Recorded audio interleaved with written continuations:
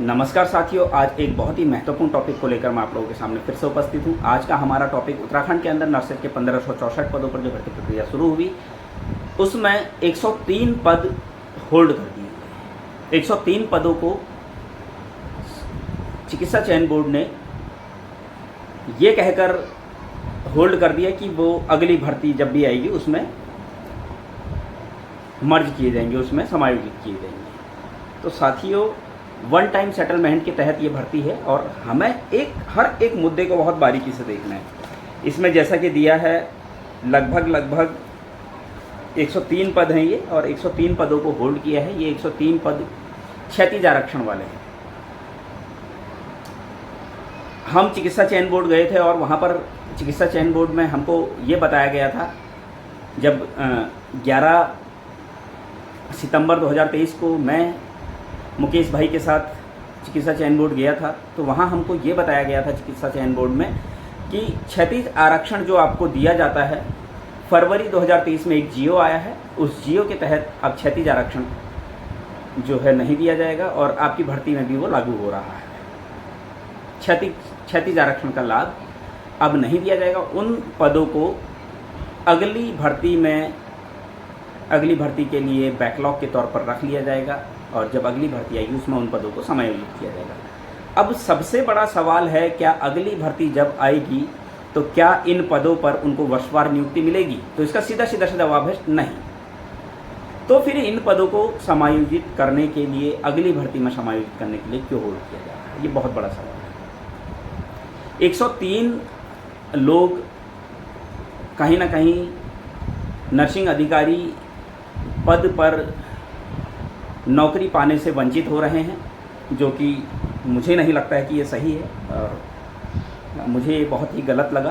और मैं इस मामले में माननीय उच्च न्यायालय के एडवोकेट से मिला और उनसे मेरी वार्ता हुई और इस मामले में आज पूरे दिन भर हमने डिस्कस किया और मुझे लगता है कि 103 लोगों का भविष्य कहीं ना कहीं जो अधर्म लटक रहा है, कहीं ना कहीं जो खत्म हो रहा है, उसको बचाना ज़रूरी है।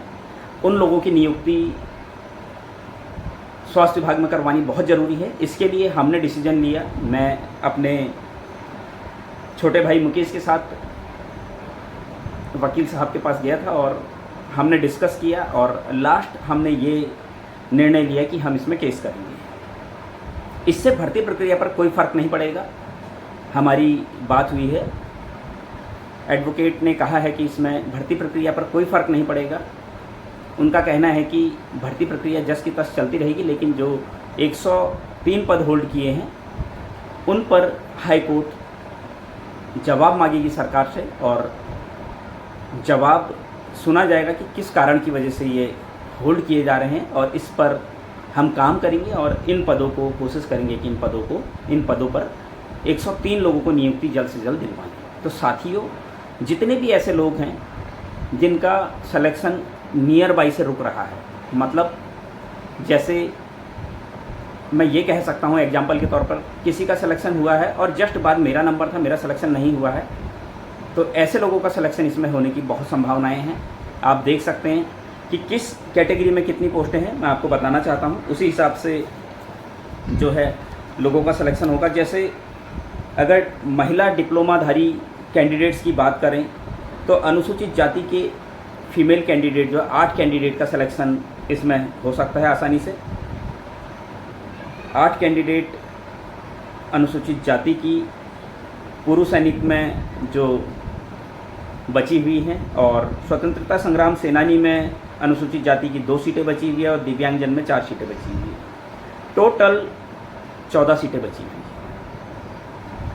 14 अनुसूचित जाति की महिला कैंडिडेट का सिलेक्शन अभी होना बाकी है।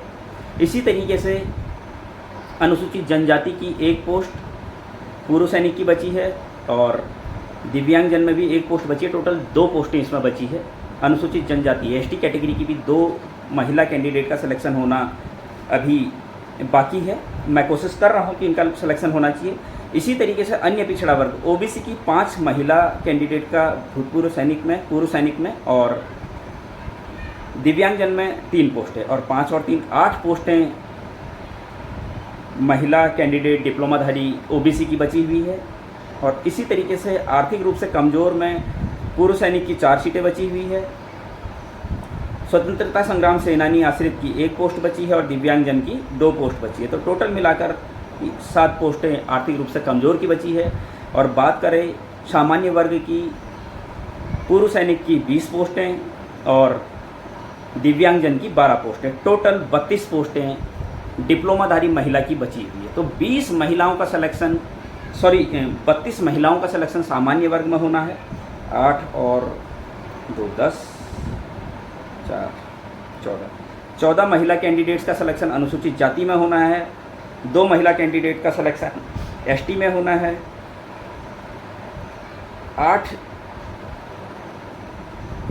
8 महिला कैंडिडेट का सिलेक्शन ओबीसी में होना है। और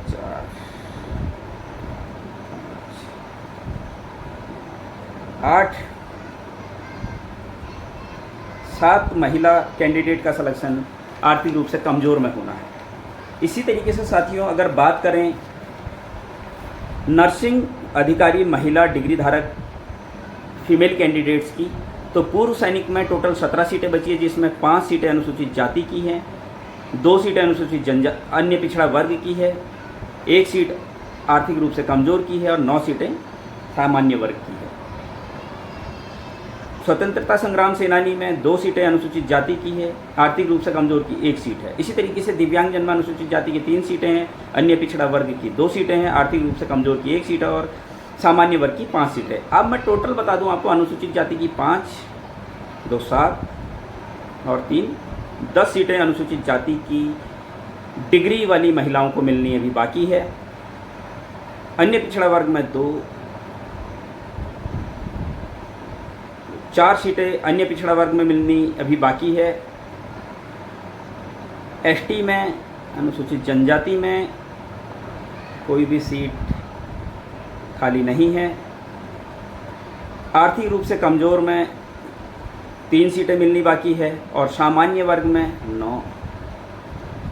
14 सीटें मिलनी अभी बाकी है। ये डिग्री की महिला डिग्री धारकों की अभी पोस्टें लगभग 17-20 और 11 लगभग 31 पोस्टें ये भी होल्ड पर रखी गई है। इनको निकलवाना बहुत ज़रूरी है। इसी तरीके से नर्सिंग अधिकारी पुरुष डिप्लोमा धारक की अगर बात करें, पूर्व सैनिक में 2 पोस्टें एससी की और 1 पोस्ट अन्य पिछड़ा वर्ग की, 1 पोस्ट आर्थिक रूप से कमज़ोर वर्ग की और 1 पोस्ट अनारक्षित सामान्य वर्ग की ये बची हुई है। पूर्व सैनिक की डिप्लोमा धारक की पूर्व सैनिक में ये सीटें बची हुई है। अनुसूचित जाति की 2, अन्य पिछड़ा वर्ग की 1, आर्थिक रूप से कमज़ोर की 1 और सामान्य वर्ग की 1। ये पोस्टें अभी डिप्लोमा धारक पुरुषों की अभी बची हुई है। टोटल 5 पोस्टें हैं, इनको भी कोर्ट के माध्यम से निकलवाना बहुत ज़रूरी है। इसी तरीके से नर्सिंग अधिकारी पुरुष डिग्री धारक जो मेल कैंडिडेट है डिग्री वाले, उनकी पूर्व सैनिकों में अनुसूचित जाति की 1 पोस्ट बची है और सामान्य वर्ग की 2 पोस्टें बची है। इसी तरीके से दिव्यांगजन की 1 पोस्ट बची है। इन पोस्टों को कोर्ट के माध्यम से जल्द भरवाने का काम हम लोग कर रहे हैं। ये बहुत ज़रूरी है। 103 लोगों के भविष्य का सवाल है और इन 103 लोगों को जॉब मिलना बहुत ज़रूरी है। ये इनके हक की लड़ाई है और हमने डिसीजन लिया। आज हमने इस पूरे रिजल्ट को अच्छे से स्टडी किया और इसमें हमने देखा कि बहुत सारे लोगों का भविष्य जो है एक गलत डिसीजन की वजह से डूबने की कगार पर आ चुका है और कहीं ना कहीं ये बहुत गलत हो रहा है और हमको इस पर डिस्कस करना चाहिए, विचार करना चाहिए, वकील से मिलना चाहिए। हम वकील के पास गए और जब हमने वकील के साथ मिलकर डिस्कस किया, लगभग 2.5 से 3 घंटा हमारा डिस्कशन चला और फाइनल हमने डिसीजन लिया कि हम केस करेंगे। मैं फिर से बता रहा हूँ, इस केस को करने से इस भर्ती प्रक्रिया पर कोई फ़र्क नहीं पड़ेगा। ज्वाइनिंग जब जिसको मिलनी होगी तभी मिलेगी। इन लोगों का केस चलता रहेगा और जैसे ही ये केस जीतते हैं इनको भी ज्वाइनिंग मिलेगी। इनको जो ज्वाइनिंग मिलेगी उसमें ये नहीं होगा कि इनकी सीनियरिटी कम होगी, इनकी सीनियरिटी उन्हीं के बराबर होगी। बस अगर इनकी ज्वाइनिंग में टाइम लगता है तो इनको उतनी सैलरी नहीं मिलेगी जितने टाइम का सैलरी वो ले चुके होंगे, लेकिन इतने लोगों को ज्वाइनिंग मिलना बहुत ज़रूरी है। साथियों, ये बहुत बड़ा सवाल है। दूसरा, अभी हम देख रहे थे कुछ लोग ऐसे हैं जो डिग्री और डिप्लोमा दोनों जगह जिन्होंने अप्लाई किया, दोनों जगह सिलेक्शन हुआ है। इस मामले को भी हम कोर्ट में चैलेंज कर रहे हैं क्योंकि मामला बहुत गंभीर है। इस मामले को भी कोर्ट में चैलेंज किया जा रहा है। बहुत सारे मुद्दे मेरे पास अभी आए हैं, लोग बहुत सारे मुद्दों को लेकर कॉल कर रहे हैं और उन सब के मुद्दे सुनने के बाद हमको ये लगता है कि बहुत सारे लोगों के साथ गलत हो रहा है और उन मुद्दों को लेकर हम कोर्ट जा रहे हैं। जो भी चीज़ें आपको लगता है कि गलत है, उस मुद्दे पर आप हमसे बात कर सकते हैं, मेरे से बात कर सकते हैं, मुकेश भाई से बात कर सकते हैं। हो सकता है मैं फ़ोन ना उठा पाऊँ तो आप मुकेश जी को कॉल कर लीजिए। दूसरी चीज़, सबसे इम्पोर्टेंट चीज़, मेडिकल कॉलेज के लगभग 1400 पदों पर आखिर विज्ञप्ति कब जारी होगी? तो साथियों, इसके लिए भी हमें कोर्ट का दरवाज़ा खटखटाना पड़ेगा। इसके लिए भी मेरी वकील साहब से आज बात हुई और उन्होंने कहा कि कोर्ट के माध्यम से एक प्रत्यावेदन सरकार को भेजा जाएगा। उस प्रत्यावेदन का जवाब सरकार देगी और जवाब देगी तो उसके बाद कोर्ट फिर डिसाइड करेगा कि आगे क्या करना है। कोर्ट सरकार से पूछेगा क्या इन पदों को निरस्त किया जाए या फिर इन पदों पर विज्ञप्ति निकाली जाए, क्योंकि सरकार निरस्त नहीं कर सकती, क्योंकि सरकार निरस्त करेगी तो अपने ही किए हुए काम से फंस जाएगी, क्योंकि विज्ञप्ति निकाल चुकी है सरकार पहले मेडिकल कॉलेज की। हम वो भी उसमें पेश करेंगे। तो इससे क्या होगा, क्योंकि वन टाइम सेटलमेंट के तहत ये भर्ती होनी है और टाइम इतना है नहीं, आचार संहिता लगभग बहुत करीब है, तो कहीं ना कहीं हाईकोर्ट इसमें आदेश करेगी कि जल्द से जल्द इस भर्ती प्रक्रिया को पूरा किया जाए। तो इसमें भी हम हाईकोर्ट का रुख कर रहे हैं।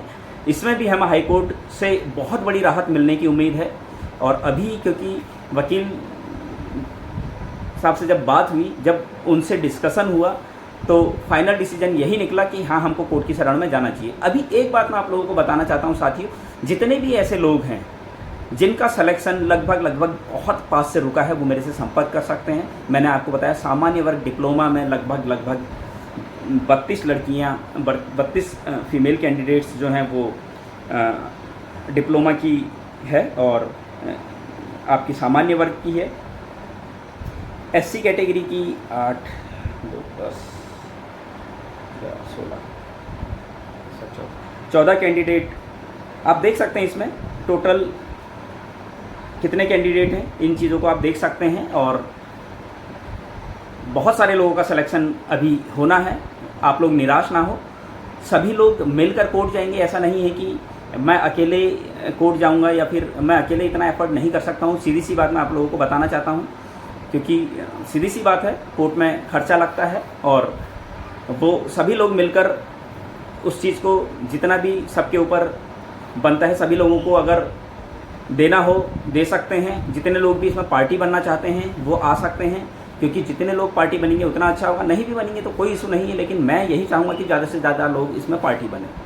जितने ज़्यादा लोग इसमें पार्टी बनने के लिए आगे आ सकते हैं, आइए। मैं तो केस कर रहा हूँ और मैं इस वीडियो के माध्यम से आप लोगों को बताना चाहता हूँ 103 पोस्टों को जिनको होल्ड किया गया है, जल्द से जल्द उन पोस्टों पर हम ज्वाइनिंग करवाएंगे और ज़रूर करवाएंगे। ये हमारा काम है।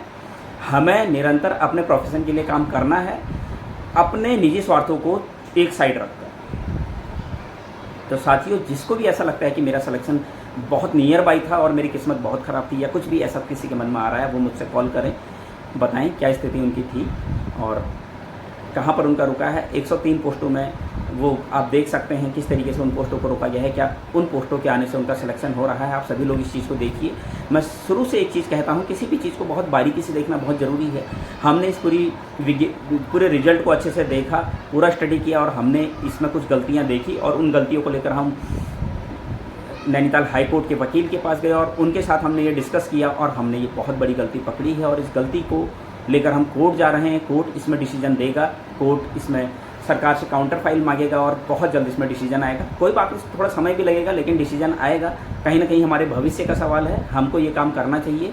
हमको हर एक पॉइंट पर बहुत बारीकी से सोचना है। अभी बहुत सारे लोगों का कॉल आ रहा था कि कुछ लोगों का सिलेक्शन 2 जगह पर हुआ है, डिग्री में भी डिप्लोमा में भी, तो वो उस मामले को भी हम कोर्ट लेके जा रहे हैं, क्योंकि उस मामले में भी कहीं ना कहीं क्या है, कुछ लोग जो हैं नौकरी से वंचित हो रहे हैं। तो इस तरह की जो चीज़ें हैं, उन चीज़ों को बहुत बारीकी से आप लोग सब लोग देखिए और बहुत ज़रूरी भी है देखना। जब तक हम बारीकी से पूरी विज्ञप्ति को नहीं देखेंगे, जब तक हम गलतियां नहीं देखेंगे कि कहाँ कहाँ पर गलतियां हुई है, तब तक क्या है, हम जो हैं अपने अधिकारों से वंचित रहेंगे। तब तक क्या है, हमें हमारे अधिकार मिलना बहुत मुश्किल हो जाएगा। अगर हम जागरूक हैं, हम हर एक चीज़ को बहुत बारीकी से देखते हैं, बहुत समझदारी से, बहुत हर एक चीज़ को रिपीट करके 10 बार देखते हैं, तो उससे कहीं ना कहीं क्या होगा, जहाँ पर भी गलती हो रही होगी, हो सकता है गलती किसी से भी हो सकती है, लेकिन उसको सही कराना हमारा काम है। तो साथियों, आप लोगों से सिर्फ और सिर्फ एक निवेदन कर रहा हूँ, सभी लोग जिन लोगों को ऐसा लगता है कि मेरा सिलेक्शन नियर बाई था और मेरी किस्मत कहीं पर साथ नहीं दे रही थी, वो लोग मुझसे संपर्क करें। वकील के पास हम कल जा रहे हैं केस फाइल करने के लिए। सभी लोगों से मैं सिर्फ़ और सिर्फ एक ही बात कहना चाहूँगा, क्योंकि अकेले ये केस मैं नहीं कर रहा हूँ, सभी लोगों को आना चाहिए, ज़्यादा से ज़्यादा लोगों को नैनीताल हाई कोर्ट आना चाहिए। सब लोगों ने मिलकर इस केस को करना चाहिए। वकील से बात हमारी हो चुकी है और उनका नंबर आप कहेंगे तो हम आप सब लोगों को उनका नंबर भी दे देंगे, उनसे आप बात कर सकते हैं। फ़ीस के बारे में आप उनसे पूछ सकते हैं, जो भी डिटेल है आप ले सकते हैं। केस नंबर आप लोगों को सबको दे दिया जाएगा, जो उनकी फ़ीस है वो सबको बता दी जाएगी। आप सभी लोगों को इसमें जितना भी हो सकता है सभी लोगों ने सहयोग करना है। ऐसा नहीं है कोई बहुत बड़ी रकम, किसी को 500, 1000 रुपये या 2000 रुपये कोई बहुत बड़ी रकम नहीं होती है। अगर इतने पैसे देने से अगर हमारा केस सॉल्व हो रहा है तो हमें ये करना चाहिए और हाईकोर्ट की शरण में जाना चाहिए। उम्मीद करता हूँ सभी लोग मेरी बातों से सहमत होंगे, सभी लोगों को मेरी बात समझ में आ रही होगी। अगर आप लोगों को लगता है कि मैं सही कह रहा हूँ तो कमेंट बॉक्स में ज़रूर इस चीज़ पे अपनी प्रतिक्रिया दीजिए कि कितने लोग ऐसे हैं जो हाईकोर्ट जाने के लिए तैयार हैं। धन्यवाद।